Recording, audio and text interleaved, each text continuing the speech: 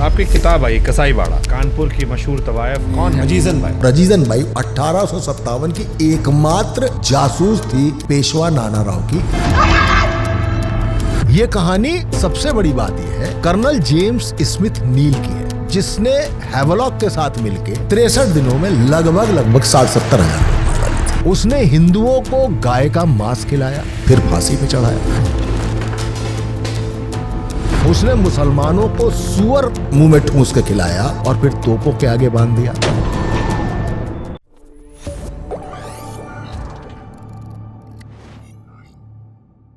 आपकी किताब आई कसाईवाड़ा। हाँ। एक महिला हमें नजर आ रही है। हाँ। भगवा झंडा नजर आ रहा है, हरा झंडा नजर आ रहा है। क्या कहानी है इसकी, जरा बताएंगे हमें थोड़ा सा। देखिए ऐसा है, कानपुर की मशहूर तवायफ अजीजान बाई। कौन है अजीजान बाई? अजीजन बाई बेसिकली हिंदू थी। उसका नाम अंजुला था। मध्य प्रदेश से उसको 12-13 साल की उम्र में अंग्रेज उठा लाए, और अंग्रेज उस समय हिंदुस्तानी लड़कियों को उठा ले जाते थे। उसके संग जो दरिंदगी करनी थी सबकी, उसके बाद कानपुर के एक कोटे में बैठा दिया उसको, और वो अंजुला से अजीजन बाई बन गई। उमराव जान ने उसको नृत्य सिखाया, तहजीब सिखाई। लेकिन अजीजन बाई तवायफ होने से, हैवानियत होने के बाद टूटी नहीं। उसने तवायफों को इकट्ठा किया और तवायफों की एक सेना बनाई जिसका नाम रखा मस्तानी टोली। उस मस्तानी टोली ने अंग्रेजों के खिलाफ युद्ध लड़ा, लेकिन ये सब की सब लड़ाका कम जासूस थे। और अजीजन बाई 1857 की एकमात्र जासूस थी पेशवा नाना राव की, जो बाजीराव मस्तानी वाले बाजीराव, उनके वंशज थे। यह कहानी उस अजीजन बाई के अलावा सबसे बड़ी बात यह है कर्नल जेम्स स्मिथ नील की है, जिसने हैवलॉक के साथ मिलके, सेना के साथ मिलके 63 दिनों में लगभग 60-70 हजार लोग मार डाले थे। कर्नल जेम्स स्मिथ नील ने 2.25 घंटे में 950 लोगों को मारा था।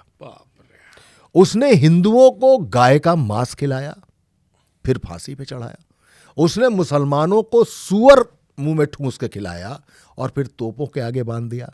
उसका शौक था कि अगर प्रेग्नेंट औरत उसको दिख गई तो जिस एनफील्ड को लेके मंगल पांडे ने हल्ला बोला था, उस एनफील्ड की गोली बर्बाद नहीं करता था।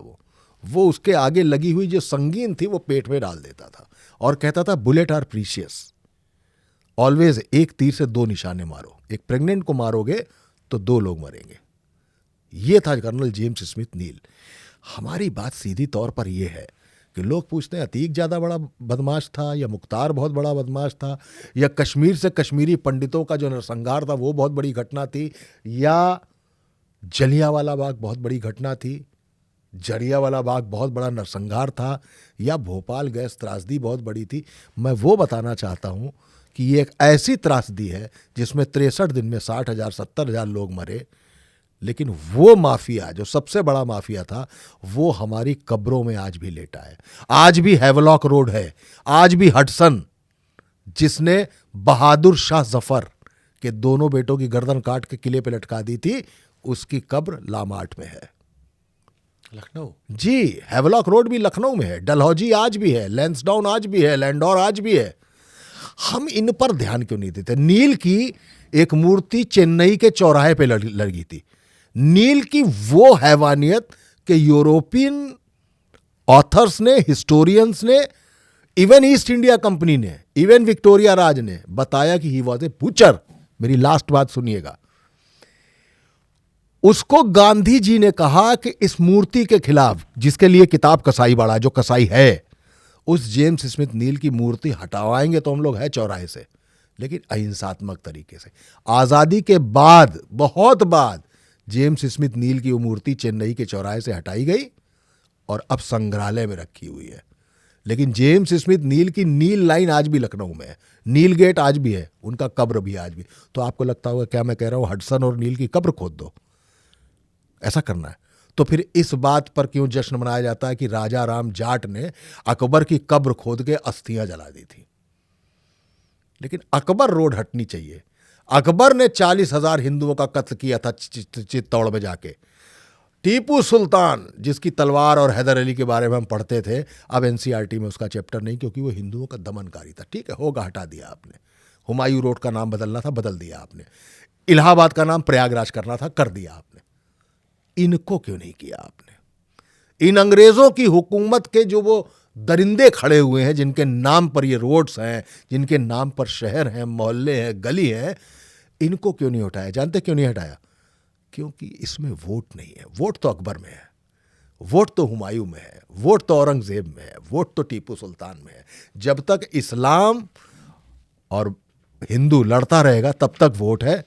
तो मेरा मानना यह है कि पाकिस्तान के सैकड़ों लोगों के मरते देखकर ताली बजाने वाले हम कम से कम यह किस्सा याद कर लें कि हिंदुस्तान के मुसलमान और हिंदू एक थे, तब यह भारत बना है। उस भारत की कहानी और उस सबसे बड़े विलन के बारे में जो आप पूछते हैं ना, अतीक ज़्यादा बड़ा था या मुख्तार, अरे इन सबसे बड़ा था वो जेम्स स्मिथ नील। इसीलिए उसमें हरा झंडा जो है वो मुसलमानियत का है, जो बहादुर शाह जफर का झंडा था, और जो भगवा झंडा है वो पेशवा नाना राव का था। और हमने ये बताने की कोशिश की है कि पेशवा का भगवा और बहादुर शाह जफर का हरा झंडा, ये दोनों एक साथ लड़े तब भारत बना था। आज भारत हिंदू मुसलमान करा रहा है। अब मेरे जहन में एक सवाल आ रहा है, आखिरी सवाल है। हमने औरंगजेब के किस्से सुने, हाँ, हमने टीपू सुल्तान के किस्से सुने। मौजूदा दौर में हम अतीक, मुख्तार, शहाबुद्दीन या और जो श्री प्रकाश शुक्ला और भी जितने अपराधी होंगे, बहुत जात धर्म से परे, अलग अलग, उन सब की हैवानियत के किस्से सुने। हिंदू मुसलमान आतंकवादी, हमारे यहाँ देश में गोडसे किस्से सुनाए जाते हैं, हमारे यहाँ पर सब ने अपनी अपनी आइडियोलॉजी चुन ली। जिस किताब को मैंने अपने हाथ में पकड़ा है, इस किताब में आपने बताया कि इस आदमी ने 60,000 लोगों को मार दिया 63 दिनों में, प्रेग्नेंट महिला को मार इन लोगों ने मिल, हाँ बिल्कुल ठीक है। इस जेम्स स्मिथ नील के बारे में ना भारत के मुसलमान ना भारत के हिंदू क्यों नहीं बात करते? इसीलिए बात नहीं करेंगे क्योंकि अब हिंदू मुसलमान आपस में लड़ रहे हैं। फिर भी 60-63 हजार आदमी, अकबर का 40,000 का आज तक केस चलता है, हाँ, कि अकबर ने 40,000 मतलब 40,000 मरवा दी थी।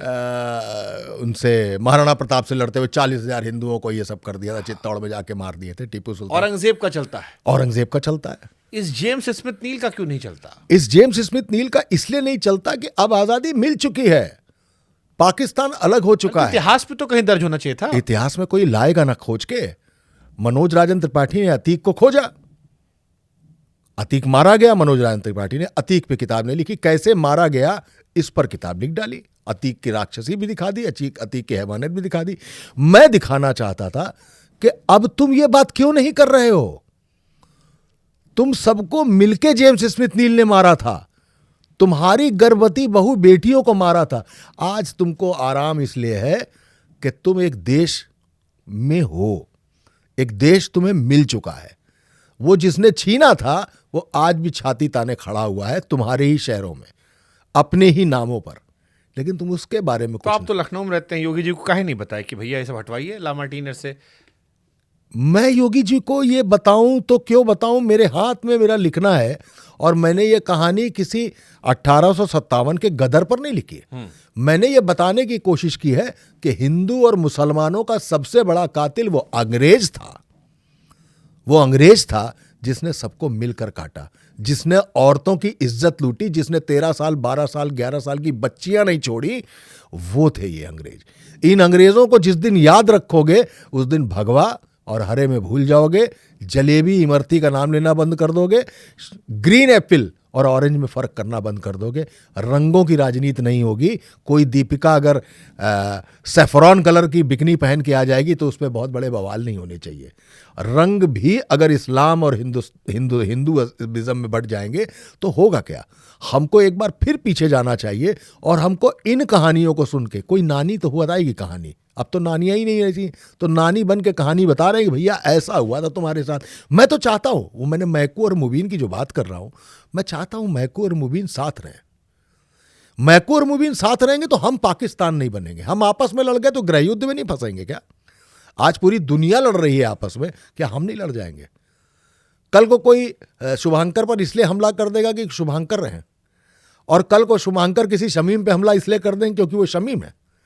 अरे ये तो देखो आके कि डिवाइड एंड रूल का फार्मूला जो छोड़ गए थे, तुमको मार कर, काट कर, सुअर खिलाकर, गाय खिलाकर, तुम्हारी गर्भवती महिलाओं के मस्कट घुसेड़ कर जिन्होंने मारा था, आओ और उनके बारे में पढ़ो, उनके बारे में समझो, और फिर एक बार अपनी बुद्धि को सहलाओ कि तुम जो सोच रहे हो वो सही सोच रहे हो। एक अजीजन अंजुला से अजीजन बन गई, कबूल था उसको, लेकिन उस अजीजन ने लड़ाई लड़ डाली अंग्रेजों से। किस लिए? मनोज राजन त्रिपाठी के लिए, कि जब मनोज राजन त्रिपाठी आज़ाद होंगे तो किसी मुबीन अहमद को मारेंगे पटक के और कहेंगे कि ये देश मनोज राजन त्रिपाठी का है, मुबीन का नहीं है। तो जो मुबीन और मनोज जिताकर लाए हैं इस देश को, जिन्होंने सांस दी है, क्योंकि अजीजन ने अपना तो इश्क छोड़ दिया, अपना इश्क छोड़ दिया। उन्स है, अकीदत है, इश्क है, मोहब्बत है, गजल है ओवर खयाम की, इसमें मिर्जा गालिब है, इसमें मालकोंस है, राग भीम पलासी है, सब है, लेकिन इसमें खून ही खून है। और किसी कश्मीर से ज़्यादा है, किसी भोपाल गैस से ज़्यादा है, किसी अकबर से ज़्यादा है, किसी से भी ज़्यादा। मैं इस किताब को पढ़ता हूँ एक बार सुकून से, और फिर इस किताब पर मुझे लगता है कि मैं दर्शकों से भी कहूँगा कि मनोज जी की किताब है कसाई बाड़ा, ज़बरदस्त यहाँ पर आपको पोस्टर दिख रहा होगा, इस हरे और भगवे झंडे के बीच में हिंदुस्तान, असली हिंदुस्तानी कहानी है। तो मैं इसको पढ़ना शुरू करता हूँ, आप भी इसको पढ़िए और इस पॉडकास्ट के अंत में अपना फीडबैक दीजिएगा।